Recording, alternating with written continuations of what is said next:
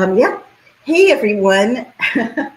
It's Naomi Wolf with a super special guest, our favorite candidate right now, Athena Clarke, who is running in Brooklyn for New York City Council in her district, District 46. Welcome, Athena Clarke.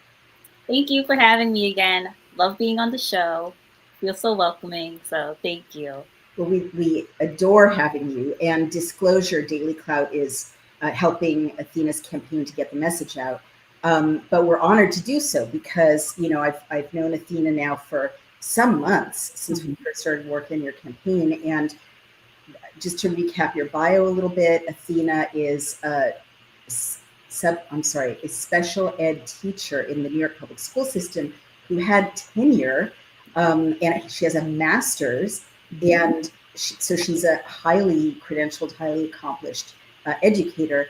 And well, why don't you take it from there? What happened to you that led to your run? So yes, I was a tenured teacher, first grade special education, and during the COVID mandates, I ultimately chose no. I said no, and because of my choice, I was terminated without due process, and we were fighting in the court system. And at every term, we were basically told no. And that's kind of what led me onto the road to run for city council. And that's how I ended up talking to Naomi. Just jumping in, you said no when you said the COVID mandates. You mean the vaccinations, right? Yes, the vaccinations for myself. Not, that was for my choice. What anyone else wants to do with their body, perfectly fine. But for me, I just did not want that. So did you ever think when you were going to graduate school to train as a special ed teacher that a decision like, oh, I need to either take an experimental substance into my body or not, and possibly lose my job, would be part of your professional, life and your professional career considerations? Absolutely not. That wasn't even a thought, especially because for the DOE, you don't have to submit any records of any kinds of vaccinations. There's nothing that you have to provide. Like when you work daycare, you do have to submit a yearly medical, but in the public school system, you do not.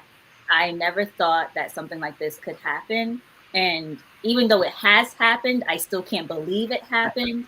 It seems very surreal and like a nightmare, ultimately, not even a dream. Yeah, and it's not just you, right, Athena? I mean, talk a little bit about other first responders, police, other people who work in both education and in other jobs who are also mandated and still don't have their jobs back, please. Yeah, so the mandate was first for teachers and nurses. Those were who were affected first. And as a teacher, I was able to be home for like the scariest part of the pandemic, but the nurses were out on the front lines. Firefighters, police officers, all city workers were mandated to get the shot. And actually, so were businesses. They were able to mandate the shot for their workers, but a lot of them withdrew it once the state of emergency, which was already over. But once the city dropped the mandate, those private businesses dropped the mandate, but not the city workers. So the teachers, the firefighters, healthcare workers, even though the healthcare workers aren't city, but still healthcare workers, our mandate still stood. That everyone else was able to return to work. That is so crazy. One thing that's really hit me in this journey with you, Athena, is that a lot of people do not know that to this day, New York City firefighters, first responders, EMT workers, and teachers don't have their jobs back if they refuse to take the injection. It's true. Yeah, I see it too when I speak to other people.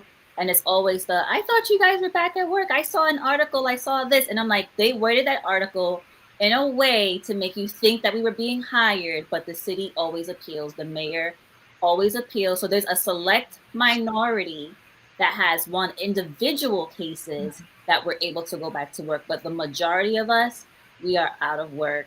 We are home.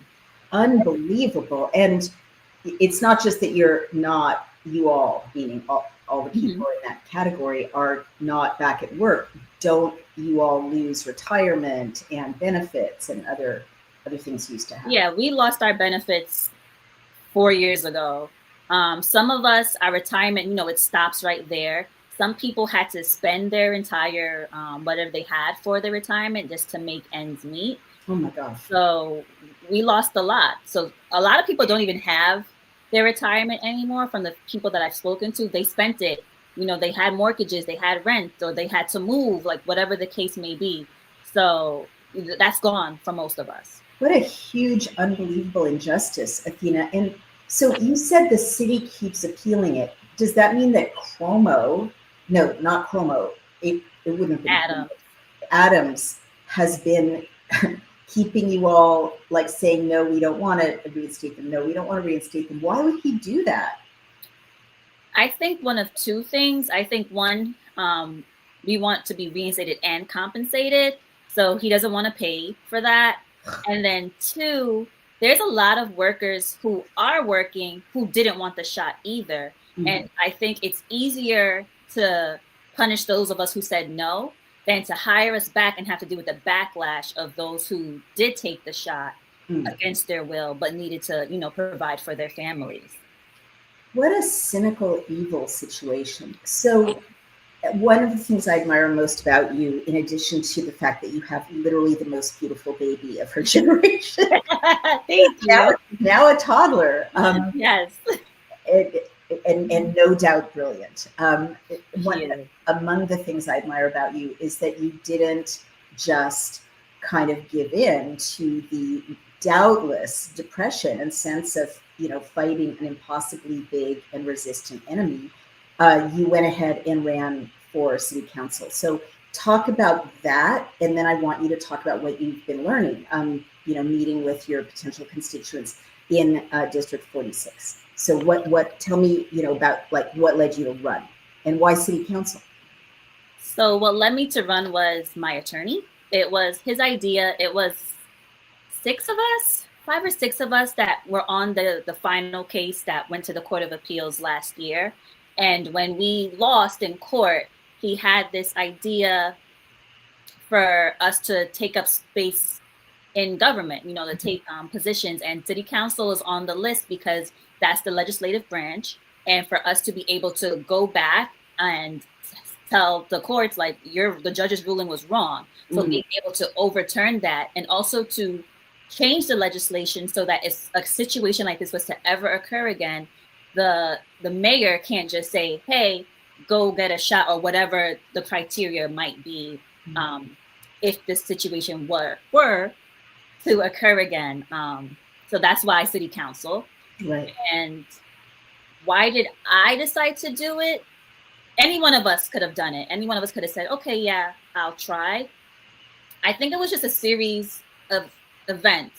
So it was in the back of my mind, and I thought about it. I was just like, I don't know. And when I went to go for a job in January, because I stayed home with my baby for a little bit, I got hired, but they couldn't hire me because I had a problem code. And with that problem code, I couldn't work. They emailed me and said, hey, Athena, we ran your fingerprints. You have a problem code. You have to get that cleared up. What is a problem code? Good Lord. So when you as a teacher, you have fingerprints because they do background checks to make sure that everything is clear and everything is good. So problem codes can originate if you were arrested prior or committed. You weren't arrested? I was never arrested. I'm such a straight and narrow girl. Like, I never even shoplifted when I was a kid. Like, you're the most ethical person I've seen in a long time. You're so straight and narrow. So what got you the problem code? When they terminated us, they gave us problem code. So this problem code kept us from working. We have no idea what it says. You're being punished even if other people want to hire you. Yes. And that was like the last nail in the coffin for me, because at that point I'm like, it's been 3.5, 4 years. Why do I have a problem code? I'm trying to go to work, and that means I can't work anywhere in New York State. Oh my Lord! Even for a private employer? Even for private, because they all run your fingerprints. They run your fingerprints. This is the first I've heard of that particular injustice, and it's a very big deal, Athena. It's big news because to me, as I'm listening, we're so afraid of digital ID and the kind of digital grid, right? That can track us and, eject us from society. This is kind of that. That's exactly what it is. Yeah, you were a naughty girl. You didn't comply with a completely irresponsible, if not murderous, mandate of an injection that we now know is, so dangerous and so potentially deadly. And as a result, this is following you around. You have no privacy. It's violated your Fourth Amendment rights. It's got to be illegal. How is that not illegal? They lied and said that they didn't give us a problem code when I literally have an email that says I have a problem code. I've been fingerprinted from the DOE since I was 18 years old. Wow. My fingerprints go through like this because I have a history of being a great, outstanding citizen. Right. And so this has never happened. And they lied and said, we don't know what these individuals are talking about. We didn't give them a problem code. Oh my gosh. Well, you've got a wonderful attorney, so I hope he tackles this because that would be such an additional miscarriage of justice and such a scary thing for the rest of us. So you decided to run and you've been campaigning day after day after day. And what is your agenda and why is Mercedes Narcisse, your opponent who's been in that seat on city council representing your neighborhood for 4 years, why do you think she's not doing a good job? She hasn't done anything to really better the neighborhood. Canarsie is filthy. Every time I see someone, they're like, look at the streets. It never looked like this before. It's filthy. There's so many stores that are empty, that are closed. There's a block, I think it was 93rd and Avenue L, and the block is so desolate. Like when you watch old movies and they have the tumbleweed that goes through, it feels like that. Wow. It literally feels like that, just empty, abandoned. And that's what they said. They said she abandoned us. She left us. Wow. In her 4-year, her 4-year tenure, she's only passed like one piece of legislation that really stands out a lot, which is, to legalize jaywalking, which again, it's not like something that's so great, but that's something that we can speak to. Like, okay, she legalized jaywalking, but even today when I met with someone at the barbershop, he's like, no one's voting for her. Interesting. He said like she can't get our votes again. He's like, she promised us a lot of things and didn't deliver on any of them. What do you know? What kinds of things she promised that people are disappointed about? Honestly, I'm not really sure what she did promise them, but he just said there's a lot of empty promises. I do know there's a community center in Bayview Projects, and it's beautiful. It's a beautiful building. You can tell it was like one of those really pretty glass buildings, and it was for the youth, and it's been closed for years. And the one of the people who spoke to me, the individual who spoke to me, he told me that the youth are outside dying because they're getting into all kinds of trouble, all kinds of mischief, and the reason why it's not opened is because the roof is leaking. Oh no! To be repaired. And there's a whole bureaucracy around who's going to get it fixed, because whoever has to get it fixed, they have to pay for it. And our youth are suffering for something as simple as a roof not being fixed. That's shocking. What a kind of dramatic illustration of neglect and an abandoned commitment. So easy to fix if you're sitting on city council. And you're right. I mean, what are some of the kinds of things that young people risk getting involved in your neighborhood if they don't have, healthy, productive places to go? There's a lot of gang violence. There's shoplifting, stealing, just being outside, drugs. That's, things that are glorified. And, now with social media, everyone is talking about, looking a certain way or appealing to a certain crowd. And young people today, they don't realize that you have to work, in order to get these things. That is not so fast to get. Like, they want fast money, the glitz and the glamour, and that's not what it is. And, that community center was a real beacon to those kids, and they don't have that building anymore. And it's just sitting there, still costing the city. It's just sitting there. Just taking up space. That's so tragic. I know that your constituents or your future constituents, hopefully, are talking a lot about safety issues. You told a story to me a little while ago about a friend of yours who just doesn't feel safe walking home. Can you speak to the safety issues in your district, and what are the neighborhoods of your district, Athena? So the neighborhoods in my district are Canarsie, Mill Basin, Marine Park, Sheepshead Bay, and Garrettson Beach. Mill Island and Burger Beach, but they're like little subdivisions of like Mill Basin and Marine Park. And the safety concerns are again for the youth. They're, they're outside getting, some of them getting murdered, unfortunately. Shoplifting for the small business owners.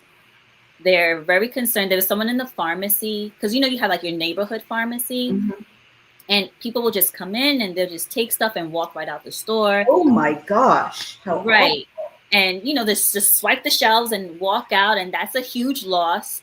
As a small business, you can't get that money back. No. And there's just people, you just don't feel safe. Like even myself, especially because I have the baby, I don't like coming home too late. I want to make sure like it's a decent hour. People are still outside. People can see me with the baby, say, okay, hello, make sure that we're safe. And it was never like that before in New York. I remember in New York, it was a city that never sleeps. Right. So you always, even if it was 3:00 in the morning, you still felt safe because it's 3:00 in the morning. The stores used to be open late at night. Not even McDonald's stays open late at night anymore. By 11 o'clock, McDonald's is closed. Not even the drive-through. So it has changed a lot, throughout my district, throughout the 5 boroughs on a whole. Things have definitely shifted with the businesses being closed as well. That's another reason for why the crime has risen. People don't have money. They don't have resources. So things like that keeps a neighborhood afloat is reflected in the crime. Does Mercedes Narcisse even meet with her constituents? I heard through you that someone in your district was saying he can't even get an appointment with her staff. Yeah, he said, so she'll come to the community board meetings, if there's something important or like now it's election season. That's her job. I'm sorry. That's her job. Big deal. Athena. I'm just telling you what I oh my God, I got it. But you're being much too nice about this. It's like you say, I go to the classroom. It's a teacher. Well, yes, that's her job. So she goes to, but in terms of one-on-one conversations, no. He said he's called her office. He gets the runaround. He might get an email, but not from her, like from, the people in her office. And I can attest to that because I asked for like a debate and I only got like a generic email from office staff.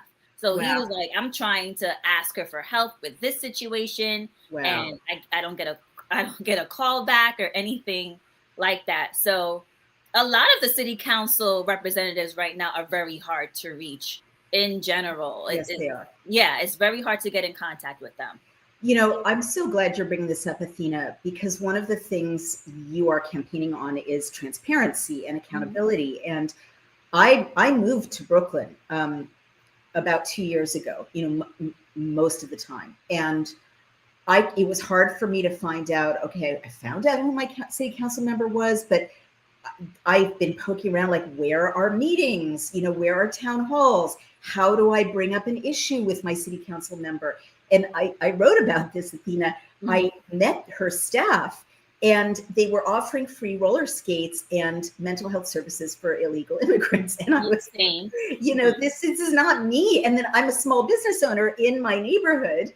And I'm like, I'm a female small business owner. They're like, great. Here's like this grift that, you can apply to be like a pass-through for government contracts. None of this has anything to do with my business. So it was just such a revelation to me of how intentionally disconnected the leadership of the city councilor is from even, a neighborhood that you'd think would have, lawyers in it and people who can demand accountability. No.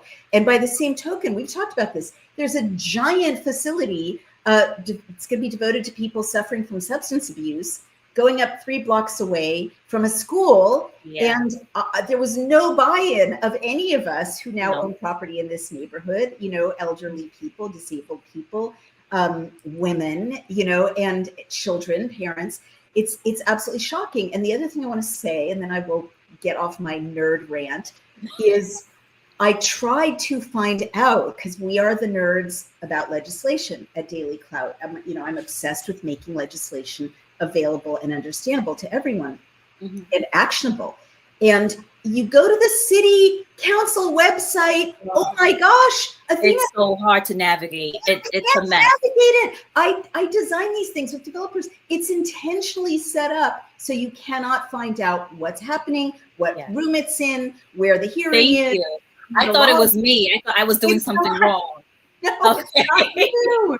It's the website. They could fix that they could fix it in a day without even investing much money. It's intentional. But I say that because if you kind of poke around enough, short of like committing like self-harm, which drives you to, what you see is millions and billions of dollars changing hands behind closed doors. Yeah. And so let me ask you this, given that that's the culture and, platform and structure, if you're successful, you'll be serving in, what can you do to make city council work better and be more accountable? How will you be more accountable to your constituents? Being fully transparent. I don't know how much is allowed, but I will, the same way I make videos now, I will make videos, in city council and let them know, like, hey, this is what I'm doing today, or hey, this is why this wasn't passed. Let me explain what this is to you, because people need to know. It's very hard to find, like you just said, it's very hard to find that information. And there's a way that, the media or the news like to portray certain things. So they'll give you part of a story, but they won't give you the full thing. So, okay, Athena Clarke didn't sign up on this resolution, but let's go into what this resolution is. What does it mean? What are the implications? Things like that needs to be explained to people, and doing a quick video is the easiest way for me to do that. And that's exactly what I plan on doing.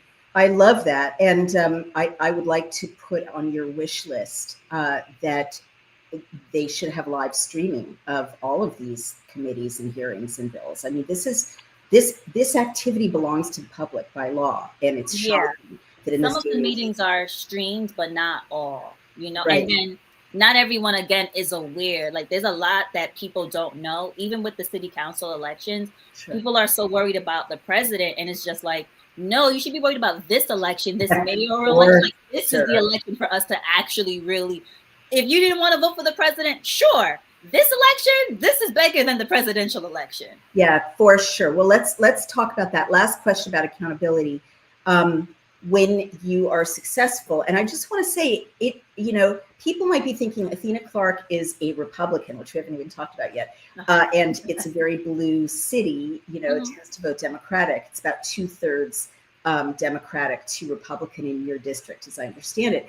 But it's actually a very low bar. Very few people actually voted for Mercedes Narcisse. I think about 16,300 people in District 46, according to the excellent research of our producer, actually voted for her. So that's, you have more friends in your Rolodex than that. You have more likes on social media than that.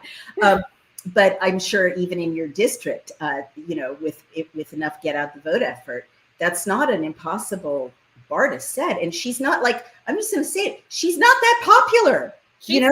Even Democrats didn't really, line up for her. Now they've had 4 years of seeing that she's not doing very much. Before we go on to one more question about transparency, I know she got a lot of money from Uber. Do you want to speak to that? About $500,000. Yes. So she received $500,000 for her campaign from Uber, along with other city council Democrats, city council members. It wasn't like a donation like through Contribute, but it was toward her campaign from Uber. And our district is what you call a 2-fare zone. So a lot of people drive because we can't just walk to a train station. Very few people in Canarsie might be able to, but most of us, we need 2 buses or a bus to a train in order to maneuver. So it begs the question, if Uber is giving you $500,000, what is it? Why are they giving you $500,000? Like, there's something that they want in order to donate such a large sum of money. And of course, it's under the guise of a campaign, because you have to be smart about what you're doing and how you're doing it. And so, she received $500,000 from Uber in donations. It could be more by now. So I'm just going to put this out there. Bad buses and bad public transportation benefits Uber. Yes. And they're looking into passing legislation to pulling the reins for dollar vans. So if you don't know what a dollar van is, wow, it's like a mini bus, and it used to be a dollar van when I was younger, but now it's $2 because the bus fares keep going up, and it goes like the one on Utica goes all the way from Kings Plaza down all the way to Eastern Parkway. So it's convenient for people. If the bus is taking too long, you go on a dollar van and you hop off. So now you want to control the dollar vans. Oh my God. Uber gave you this donation. And that hits working and low income people so much harder than upper middle class people. Definitely. Oh my gosh, that's shocking. Well, the other thing that is going off in my head, Athena, as you're talking about Uber, is Mamdani's focus on fast free buses. The experiment has been tried in other cities for free buses, and they become violent locations where drug addicted homeless people sleep and live. And that benefits Uber too. Like, why would you get on a bus if you can take an Uber? Exactly. Because you want to prioritize your safety. You want to be able to come home to your family at the end of the day. So you're going to take an Uber. And we saw it with the train stations during COVID. Yes. Right? We have yet to get our train stations back. Totally. Totally. I mean, so back to the question of transparency, will you commit to, having an open meeting every month or some sort of Definitely. I would love to have an open meeting. I would love to also make it virtual. So if people don't, post-COVID, people aren't as inclined to want to meet in person anymore, even though I am an in-person person. But yeah, have it virtually. People can, join in. I want a lot of transparency and community. That's also something that's lacking, even with the small businesses in Canarsie. There's a lot of, information that's being passed around that everyone is not aware of what's happening, and just having that open dialogue and people being able to be in contact and easily accessible. That would be amazing. This may seem trivial, but I think Mamdani is getting a lot of momentum from doing like fun things like, what was that thing he did where treasure hunt or, soccer match. And it's so sad that 30 somethings and 20 somethings are, I think, very isolated. I think this is going to go a long way because they don't have in real life community often. But what I love about your campaign events is that they're really not just, oh my God, let's listen to the candidate give a speech. It's bouncy houses for the kids, and it's, delicious snacks, and it's, fun places with beautiful views. Will you give some thought, if you're elected, to kind of boosting, joyful activities in District 46 where people can bring their family and have a nice time and meet their neighbors? Is that on your list? Yeah, definitely. And we have such beautiful parks in District 46 for people to be able to meet and to, commune and be together. And, it just needs to get like the momentum behind it to get more people involved. But that's what's missing from society as a whole. They always say it takes a village. We're missing the village. We need the village again. And that's what we sure are missing the village. That's well put, Athena. Well, now let's tackle the elephant in the room. You are running as a Republican. And I'm sorry, it's as funny for me to say that, because it's funny for me to think that I voted Republican, it's so taboo in my world. And it's like when I say, yes, I support Donald Trump, there's a little person in my brain going, what are you, what did you just say? Yes. Okay, so I'm not alone. So let's just talk about that. You are living in a very, very, very blue area. I think a lot of people, when you are campaigning, are probably asking you, why are you running as a Republican? So do you want to talk about that part of the journey at all? So running Republican, it's so funny. I even asked my husband the other day, I'm like, did you ever think your wife would run for office? And he was like, no. I was like, as a Republican? And he was like, definitely no. And it's so funny. And I was doing another podcast, and I was telling the person interviewing me that I'm like, I only registered, Republican in January. And he was like, well, that's almost a year ago. And I was like, wow. I'm like, you're right. We're in the 10th month right now. But part of my journey is just looking at what's happening around. It was just no way I could really stay a part of the Democratic Party. And I was initially just going to vote Republican and just stay, Democrat, because I believe in voting however you want to for the candidates and the people that you believe in, so that we don't get, stuck into these party lines, because that's done by design, so that you just automatically think like, hey, you're a Democrat, can't talk to you. No, I'm going to stick Republican. And I'm against that completely. But right now, the Democrat Party is just so far removed from common sense that it's just so hard to stay there. And it's not that the Republican Party has everything in alignment, but at least I can, differ in my views from the Republican Party and not be called racist or a dictator, or different kinds of names, because there's a lot of name calling that occurs. And just my faith, my family, and just freedom, because I feel like all of that was tested during the mandates. And our churches were closed, we couldn't see our family members, were arguing left and right over a shot. And some of these politicians, they tell you not to speak to certain people, but then they go home to their families where everything is fine. And we have to really be careful just as a society with language like that, because it's very detrimental to your family dynamic, to your family unit. And at the end of the day, when everything is all said and done, it's just you, God, and your family. So we want to be able to keep that unity. I love it. Well, I've run out of time with you. Do you have one more or two more minutes for? I do. Oh, wonderful. Thank you. Well, you're bringing up something really critical, which is, I headlined this interview, Scariest Mayoral Race Ever, partly because Halloween is coming up, partly because it is the scariest mayoral race in my memory. What people really need to understand, especially people who are watching this, in New York and also outside of New York, is Zohran Mamdani is the front runner, allegedly. I have questions about the polls, but he looks like the front runner. He's a Democrat. He's a Marxist.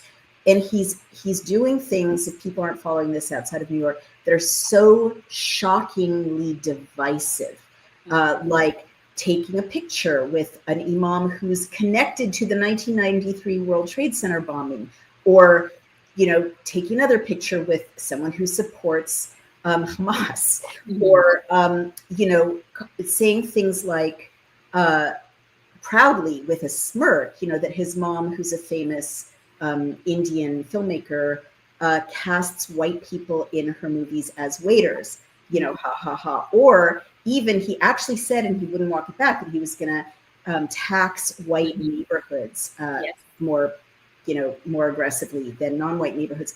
Now, I happen to be white, but to me, this issue isn't, about white people. This issue is about division, and about un-American like we've never had the prospect of a mayor who divides people in New York by race and religion. And one of the most amazing things, and I'll stop talking because I don't need to get on the soapbox, but one of the most amazing things about this city is that people of different races, religions, ethnicities, heritages live together peacefully. Yes, we do. And so I'm really scared about that. So what's your response to what I just said?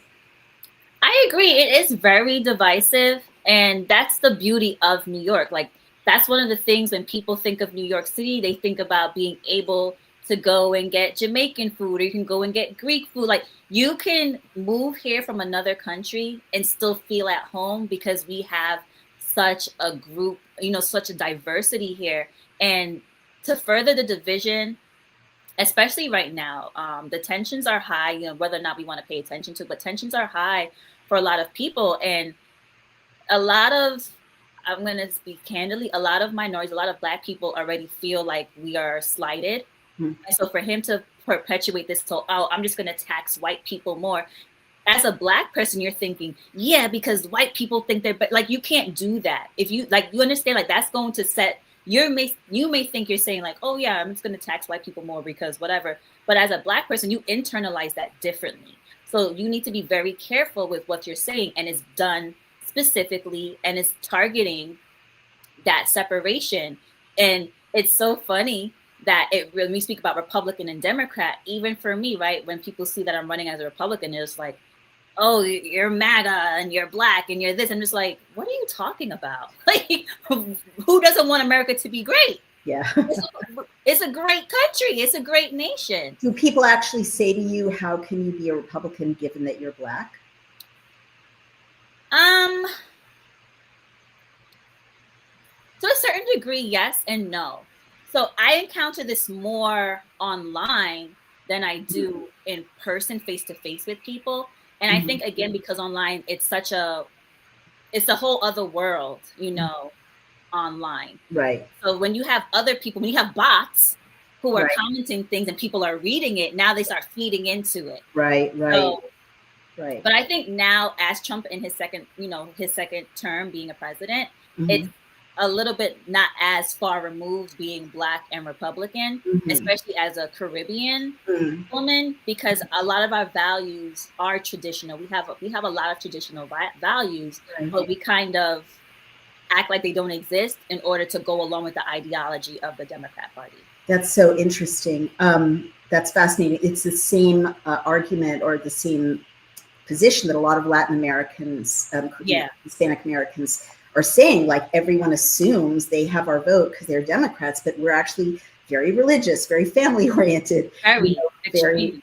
Sorry? I said, yes, extremely. It's like ingrained into us. Like, you go to church, you have your family, you pray. So I'm like, that's not so far removed from us. Let's come back to reality. Right. Name calling, and let's have a real conversation about the elephant in the room, like you said.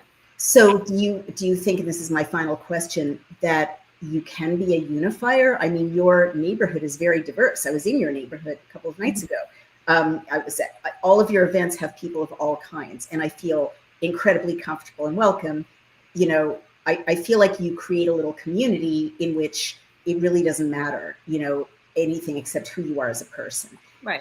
And that's the kind of New York I want to live in. So can you be, if you're elected, can you help stop the worst of Mamdani's agenda if he's elected? And people have to understand that, Mamdani needs a compliant city council in order to do what he wants to do to New York. So you really are going to be in a position to be a bulwark against that. And can you be a unifier? And those are my last questions. So unifier, I would hope so. I believe so, because just personality wise, I've never been someone that kind of wanted to divide people. I was raised to just love people. My mom is such a kind person. So, your differences never bothered me, and I don't think they should really bother anyone else, And so we need that. We need to live in love, to sound cliche, but it's the truth. And people are going through a lot. So we need to be able to give people grace, and meet them where they are and be able to have these conversations. We were taught to not speak about religion, to not speak about politics. And that's the problem, right? That's what we were taught, to not be able to have that civil conversation. And that's why we are where we are today, where now no one wants to speak about religion because it's either my way or the highway, or I'm going to curse you out or call you names. And that needs to change. We need to, start to shift that, especially for our kids who are coming up. They're watching us and seeing what we're doing, and we need to do better for them. Beautiful. Well, you've got my vote, even though I can't vote for you because I'm not in your district, but I wish I could. And I'm doing everything I can to bring your beautiful message of opportunity, strong economy, parental rights, safety, to the whole city, but especially to District 46. So if you're listening, everyone, and you have friends in District 46 or in Brooklyn, send them this link. And Athena, how do people support you, and how can they help you if they are persuaded by what they just heard during this last half hour? You could visit my website. It is 2025 Clarke, Clarke, citycouncil.com. And you can visit the volunteer page and sign up to volunteer for me. So you can either come door knocking with me, or, call people within the district, tell them to go out to vote, to look for the website. Or you can find me on my Instagram, and it's Clarke, Clarke, the number 4, and council.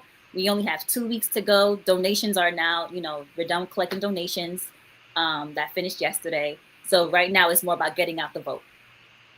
I'm so excited that you're running, and fingers crossed for Election Day, and everyone in District 46 but across New York. This is the most important race, mayoral and down ballot. Yes, down the ballot. Of our, honestly, I'm going to say our lifetimes. If you live in the city, so much is at stake.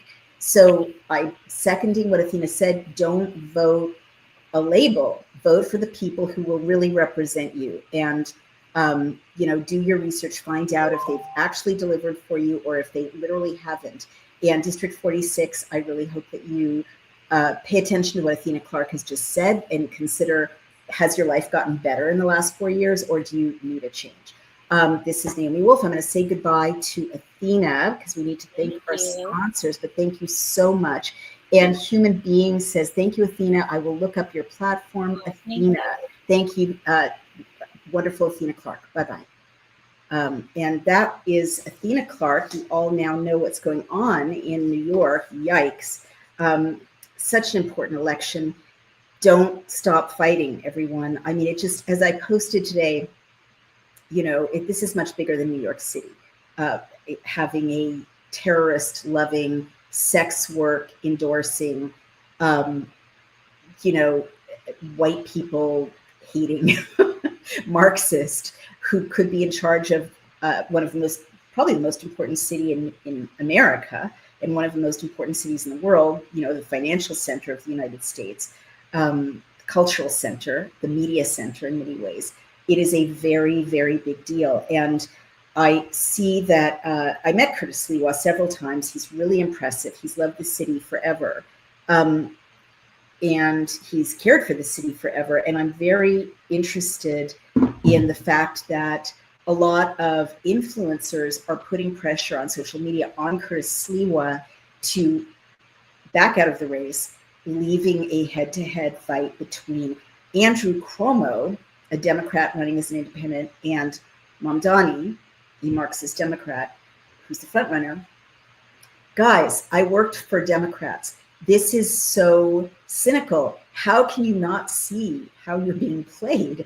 It's basically a situation in which an authoritarian Democrat, Cuomo, who locked us in, remember all the bad things Athena was talking about happened on his watch. He was governor when we were, locked in our houses, when kids were kept at home for 14 months, falling behind academically. Black and brown kids, more than anyone, they still haven't caught up statistically, a lot of them. In Athena's district and throughout the city, half of New York's 3rd to 8th graders cannot read or write at grade level. Andrew Cuomo was in charge of that. And also he was in charge of closing small businesses, making it impossible for small landlords to evict tenants for 6 months, a massive transfer of wealth from the middle classes in New York to the oligarchs, to BlackRock, to Vanguard. And also, and I wrote about this in my book, The Bodies of Others, he was responsible for lockdowns, which were nonsensical as it turned out, but things like you can't have funerals, you can't have weddings, you can't go see your grandma who's, in the emergency room as she's dying. He did all of that. And so the fact that he's running for mayor is unbelievable. It's such a setup. But this flawed Democrat running as an independent just because he lost the primary is now the opposition to the Marxist, racist, Islamist, jihadist Democrat. Sorry about that. And people are pressuring, including MAGA influencers, which is weird. People are pressuring Curtis Sliwa, the Republican, who has literally fought crime in New York for decades, loves New York, grassroots candidate, urging him to drop out of the race. So you guys, this is a Democratic play, right? You're going to have a Democrat fighting a Democrat. You're going to get a Democrat, and somehow Curtis Sliwa has to concede. It's crazy. The other thing that is crazy is that I keep seeing polls, and I, wrote an essay on Outspoken showing that the initial polls, claiming this big lead that Mamdani had were very flawed. Tiny sample, very leading questions, and they were being misreported in the media. So now I'm seeing a lot of polls, and again, they never link to the poll on social media. So you can't look at what was the question, what was the sample size, what was the age, what was the demographic. All of these things matter. You can cherry pick a poll to yield whatever results you want, right? By, for instance, if I were to ask for people under 30 in the household who rent as opposed to own, I'm going to get 80% Mamdani supporters, right? That's not a real poll. But I can't see the real polls. And more seriously, they keep showing, oh, this is Mamdani and Sliwa and Cuomo all in, generally show that Mamdani will win. So that puts pressure on Cuomo. I'm sorry, on Sliwa to step aside. But they never, and then they'll show a head-to-head between Cuomo and Mamdani, which shows that Cuomo is within the margin of error, about a 4-point difference. So he has a chance if they're arguing if Curtis Sliwa steps aside. However, they're not showing a head-to-head between Curtis Sliwa and Mamdani. What if Cuomo steps aside? What if Cuomo concedes? They're not polling that. No one has polled that. If you can find that poll, put it in the chat, because I have not found it. It is indeed deceptive, and it is indeed, as human being is saying rightly, it's very, very cynical, and it could be misleading this whole city. So I'm putting this out there. I have a big platform, Gallup poll, Marist poll, all these political sites. I'm challenging you. We have 2 weeks to go. Poll a neutral poll with a big sample size, a head-to-head of Curtis Sliwa and Mamdani. You have to do it. There is, and the first poll that said Mamdani was way ahead was paid for by his campaign, you guys. That is not a poll. That is propaganda. Again, I'm putting this out there, and you guys please put pressure on Marist poll, Gallup poll. What are the other big pollsters? Let me see what the other big pollsters are, and say to them, let's see a Mamdani Sliwa head-to-head. What does it yield? Maybe it'll show that Sliwa is a slam dunk against Mamdani if Cuomo steps aside. And they need to do it, because otherwise they're, we're going to have a stolen election, essentially. Because people are being told Sliwa can't win, but there's no evidence that if Cuomo steps aside, he can't win. So here we are, New York Times, Siena College. This is the paper of record. You got to poll Sliwa Mamdani head-to-head. ABC News, The Washington Post. You do too. YouGov, come on. Monmouth University Polling Institute, do your job. Marist College, I mentioned. Emerson College, I mentioned. Survey USA, come on. Quinnipiac University, do your job. Seriously, you have to poll Sliwa versus Mamdani before anyone steps aside. All right, and it's a civic obligation to issue that poll, because, like right now, if I go into a voting booth and it's Sliwa, Cuomo, Mamdani, I am going to be thinking, okay, I have to, bite the bullet and vote for Cuomo because Mamdani is such a catastrophe. And hopefully Trump will rein in Cuomo's authoritarian tendencies, which we've horribly seen already.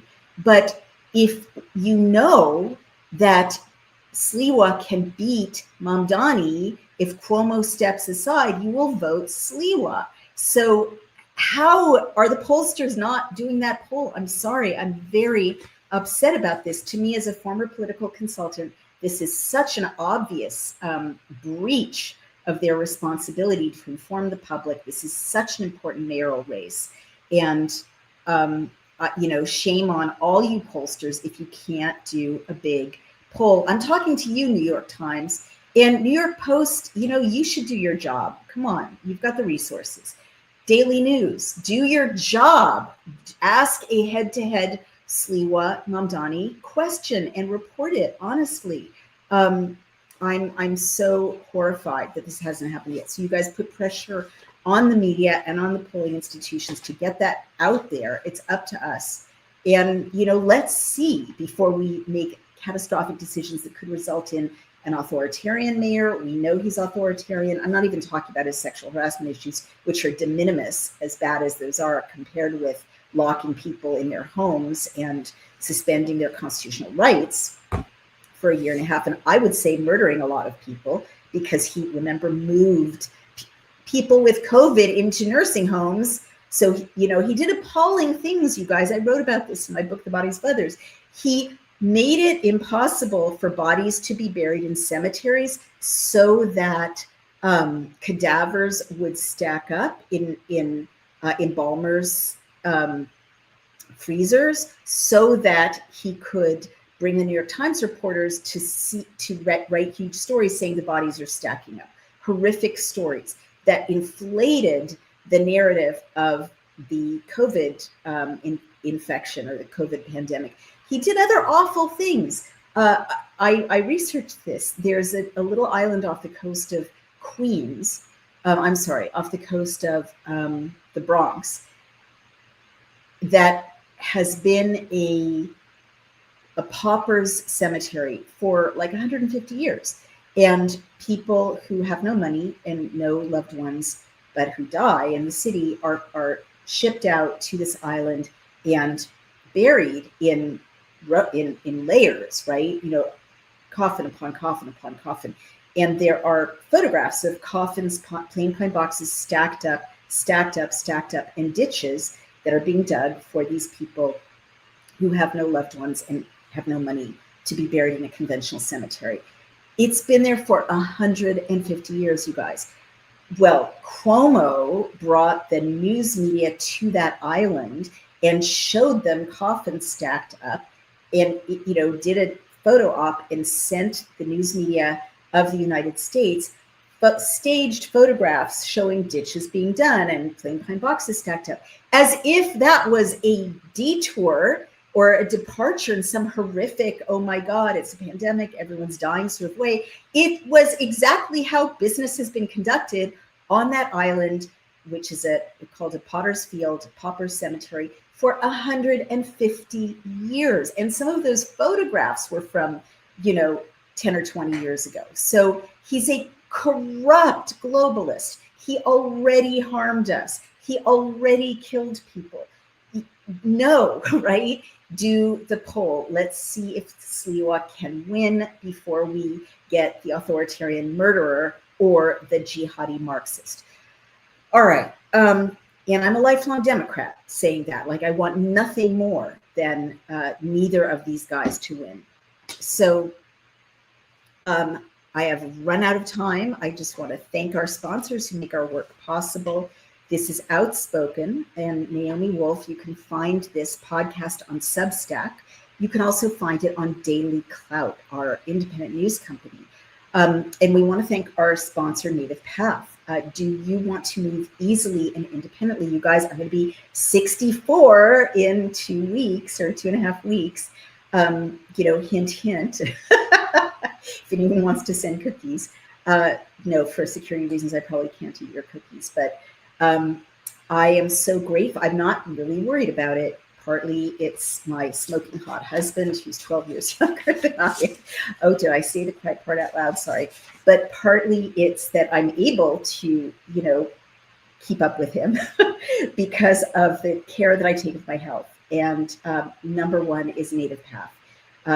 So I, as you know, have had issues with mobility. I really don't when I take Native Path collagen. If you want to move easily and independently without pain or stiffness, if you want to, look in the mirror and not worry about wrinkles, see a hydrated glow and not more fine lines, then you really do need to discover Native Path collagen.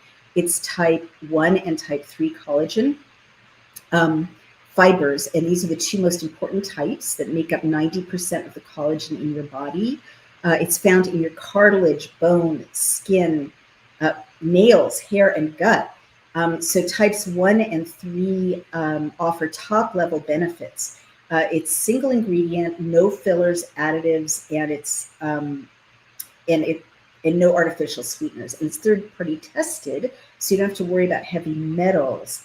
And it doesn't clump, which seems not that important, but it's really important when you're adding it to coffee in the morning. It's also very affordable, especially compared to other competing collagen packages. I've actually run out of collagen in my travels and been shocked to find that buying collagen is like $30 for a pretty small container. Not Native Path, it's affordable. And they give you incredible bundle deals. You can get 3 or 6 packages at a fraction of the price of other brands. With 4 million jars, sold, 1 million happy customers, 8,000 5-star reviews, 365-day no risk guarantee. It is the best choice, a trusted choice. It's got a 1-800 number. They've got an FB page. They'll answer your questions. Real people are waiting to talk to you. So how do you get started? Go to getnativepath.com/dailyclout. You'll get a giant discount. Remember to use that promo code dailyclout. Getnativepath/dailyclout. And again, we don't ever promote things that we don't use ourselves or that we don't invest in ourselves. We're very, very, very selective about our sponsors. So this is a fantastic product. It's going to make your life a lot better, and you'll also like the way you look. Not to be too trivial.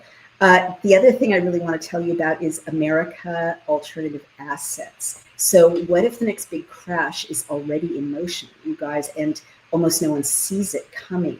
Every major collapse since 1929 was preceded by the same 7 warning signs. And I actually was just reading a book about the Great Depression being triggered by a bubble of real estate investment in Florida. So these things happen, market corrections. Every major economic collapse since 1929 was preceded by the same 7 warning signs. Right now, all 7 are flashing red. These are not headlines. These are deep market indicators that Wall Street prefers you never to hear about. And that's why our friends at American Alternative Assets created the Bellwether Signal. And this is a free report that reveals what these signals mean and how smart Americans are protecting their savings with gold and silver before it's too late. You guys, if we had invested in gold like 5 years ago, I mean, I think it's doubled in the last 5 or 7 years. It's crazy how fast it's going up. And I kick myself that I didn't, invest in gold earlier, but it's never too late. Download your free copy at cloutgold.com, or call the company at 1-855-803-GOLD. That's 855-803-4653. Get the facts, protect your future, and don't wait to feel regret when headlines indicate that it is too late to protect what you have worked so hard to earn. All right, you guys, I hate to say goodbye, but I think this was very informative, very exciting. The last thing I want to say is go to billchem.com, go to legisector.com. These are our incredible digital tools that let you pass any bill from your phone, state or federal, stop any bill from your phone, state or federal, share your bill through social media, understand it, AI summaries. So let's, use it. It's an incredible resource, and people are using it to stop bad bills and launch good bills. You never want this country to be in the hands just of lobbyists and elected officials, totally corrupt. This really puts you in the driver's seat. And Legisector is an incredible tool that lets you invest with full knowledge of what's coming down the pike. I would never invest again, ever, without using legisector.com. Or whatever your sector is, it's industry specific. So if you're in real estate, if you're in cannabis, if you're in healthcare, if you're in a nonprofit, you can get a dedicated portal of live legislation, top trending legislation. Again, our competitors charge about $6,000 a year for similar tools, and they're not as fun to use. And we make ours free for 30 days and $11.99 to use month by month after that. So if you like what we're doing, we can't keep doing it without your support. So send a donation to Daily Clout or sign up as a subscriber to legisector.com, to billcam.com, or support me over on Outspoken. We use that money to keep these platforms running, available, affordable for everyone, so that all of us can be driving this democracy. And that's how we save our country, and not leave it to corrupt officials or to partisan hacks or to lobbyists. So you're welcome, America, but we really do need your help. So again, sign up, subscribe, donate. You get an incredible newsletter if you sign up for BillCam or for Legisector weekly. And it has summaries of the important bills to pay attention to. You do not want to be without it. All right, you guys, signing off. I love you all. You're my favorites. Take care. Bye-bye.